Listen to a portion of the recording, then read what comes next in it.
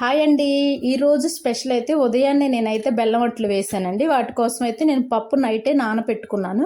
ఒక పెద్ద గ్లాస్ బియ్యానికి చిన్న గ్లాస్ మాత్రమే పప్పు వేసుకోవాలండి. ఇందులో బియ్యమే ఎక్కువ ఉండాలి. మినప్పప్పు ఎక్కువ ఉంటే అట్లు సరిగ్గా రావండి. ఆ తర్వాత అయితే వాటిని శుభ్రంగా కడిగేసేసుకొని మంచిగా మిక్సీ పట్టేసుకోవాలి. పిండి కొంచెం గట్టిగానే పట్టుకోండి, మరీ లూజ్గా అయితే పట్టేసుకోవద్దు. ఎందుకంటే బెల్లం వేసిన తర్వాత పిండి బాగా లూజ్ అయిపోద్ది. ఆ బెల్లం అయితే తీపిని పట్టి సరిపడా బెల్లాన్ని వేసుకొని అందులో కొంచెం ఉప్పు కూడా వేసుకొని మంచిగా బెల్లం అంతా కరిగేంత వరకు తిప్పాలండి. కొంచెం కరిగిపోయిన తర్వాత ఒక 10 నిమిషాలు అయితే ఆ పిండిని అలా పక్కన పెట్టేసేయాలండి. ఒక 10 నిమిషాలకు మంచిగా బెల్లం అంతా కరిగిపోయి బాగుంటుందండి.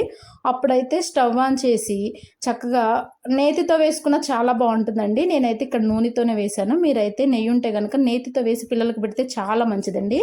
ఇదైతే బలమైన ఆహారమేనండి. మా అమ్మ మాకు చిన్నప్పుడు చేసి పెట్టిన వంట నేనైతే మీకు చూపిస్తున్నానండి. ఇక్కడ ఏం లేదండి, కొంచెం ఆయిల్ వేసుకుని మనం దిబ్బరట్టు అయితే ఎలా వేసుకుంటామో అలా వేసేసుకోవడం అండి. ఒక 4-5 గరిటెల పిండిని అయితే వేసేసుకున్నాను. చక్కగా 2 వైపులా కాల్చుకోవాలండి. చక్కగా గోల్డెన్ బ్రౌన్ కలర్ వచ్చేస్తుంది. చాలా టేస్ట్గా ఉంటుంది.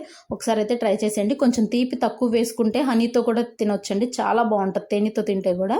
ఇదైతే చాలా బలమైన ఆహారమేనండి. నేనైతే చిన్నప్పుడు బాగా తినేదాన్ని. ఇప్పుడు కూడా నేను ఇంకా వేసుకుంటూనే ఉంటాను. ఇదే ప్రాసెస్ మీకు కూడా చూపిస్తున్నాను.